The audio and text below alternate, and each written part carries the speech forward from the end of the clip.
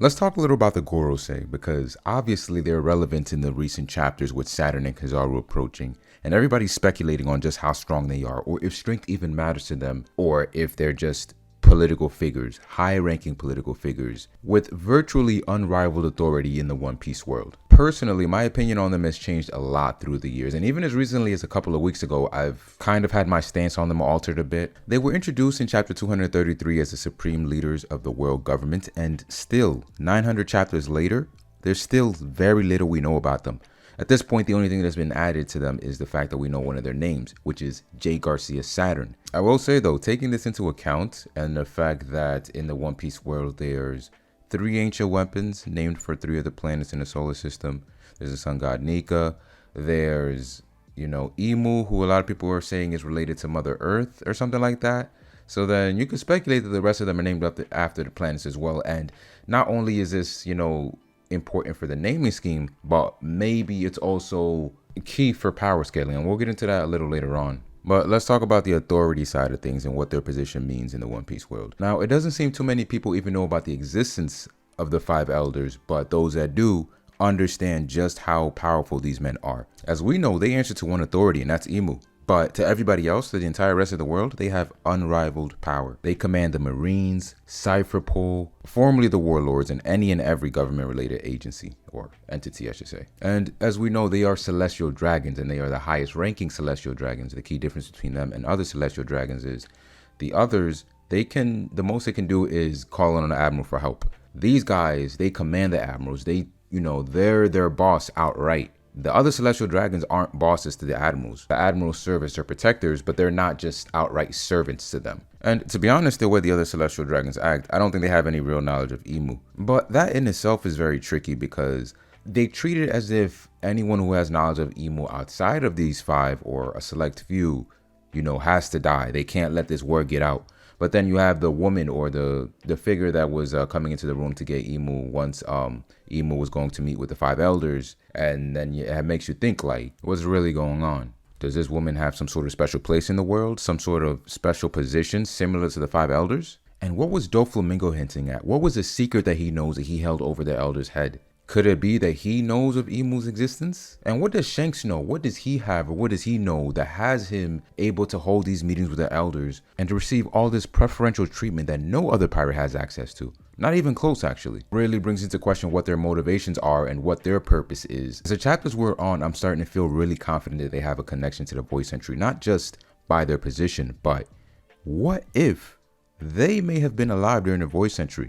And this theory has been floating around for years, but with recent chapters and what we saw on the cover page with Vegapunk and the elders, they were silhouetted, but somehow they look the exact same as they do now all those years ago. I think this was taking place 25, 30 years ago, something like that. And this is what's mainly made me skew my opinion a little bit on not only their power, but their relevance and their age and all sorts of things that relate to them. Even how Professor Clover said that there was an enemy that eliminated the ancient kingdom, and the ancient kingdom wanted to preserve the knowledge that they had past their own destruction, and that enemy in particular had outlived them through these hundreds of years. And I think that may have been literal. I think the Gorosei may have had a direct hand in the destruction of the ancient kingdom. And also the fact that the whole sun god thing just seemed really personal to them. It felt like they knew just what the sun god could do, and yet the sun god hadn't been around for over 800 years. The look of terror on the face of some of the Gorosei, it didn't look like something that was passed down to them by other members who may have held their positions in prior periods of time. It looked like they knew full well the threat that the sun god posed. And the question, of course, is how would they live this long? How would they survive through these hundreds of years? And I feel like the answer might have something to do with Lost Devil Fruit and why they covet it so much, why they want to have the abilities of Lost Devil Fruit. I think there's a lot of confusion on what his fruit does and, what the special ability is specifically. It's centered around, it's basically a person living a long life, whether it be them unable to die by any means or them being naturally young. And I think it's called the eternal youth surgery, which would imply that a person remains young and can't die of natural causes. Or maybe young isn't exactly the right way to put it. Maybe it's referring to a person remaining the same age and the same level of health despite anything else that might interfere. Because remember, Law himself had a disease that is normally incurable. Once he ate the devil fruit, that disease was cured. So once you stretch the limits of your imagination and think about what potential abilities this fruit might have that would benefit the Gorosei or may have already benefited them in the past, you can see why them being centuries old can make a lot of sense. Now, when thinking about their actual combat ability, if you would have asked me a week ago, I would have said they can be as strong as possible without surpassing the Admirals.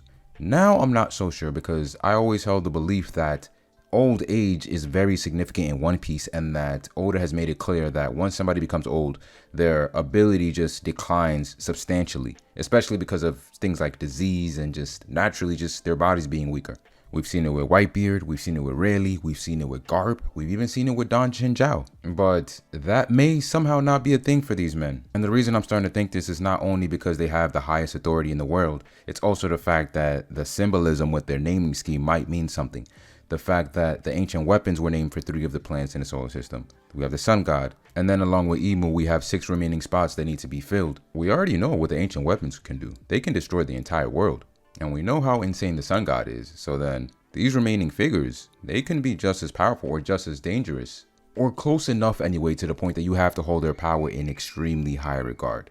Of course, I have a very high opinion of the Admirals, and I respect them a lot more, I'd say, than most people in the community. But I'm still very open to the Gorosei surpassing them in not just authority, but overall power and ability. Especially because there's still the question on whether or not the Admirals are conquerors. Most people say that Akainu is definitely a conqueror, but what about the rest of them? This might end up being the difference maker in the end. Now, what about their matchups? Who may they end up fighting? Because I don't think that, any of these guys are just going to get away when the final war is concluded. I think they're all going to be taken down.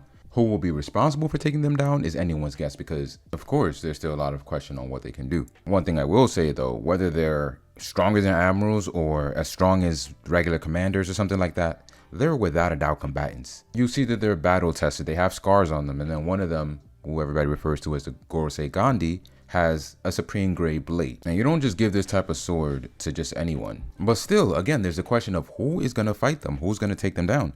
Will it be the Straw Hats? Will it be the Rev Commanders? Will it be the Grant Fleet Captains? Will it be Law and Kid aiding in the fight against the world government, assuming they survive their fights against Blackbeard and Shanks? The fact that there's so many potential players in the final war just goes to show how massive of a scale this is, and how powerful the Gorosei might be given who they might be having to take on. And I feel like we will very likely get a glimpse of their ability once we see Saturn take the stage on Egghead in the coming chapters. And I don't think just one or 2 of them or 3 of them are strong. I think they are all very capable, or as capable as each other, I should say. I don't think that any of them are lagging behind. So to me, it's either they're all very strong or very weak. I don't think there's any in between. Ultimately, this is how I feel though. I think they are on the level of the Admirals. Whether that be slightly weaker or slightly stronger, I don't know yet, but they are on that general tier of strength. But those are all my thoughts on how strong the Gorosei are and what place they may hold in the world. Tell me what you think though. How strong do you think they are? Do you think they've lived through the voice century? Who do you think will be responsible for defeating them? Comment all your thoughts down below, but also don't forget to like the video, subscribe to the channel, and hit the bell for more videos like this.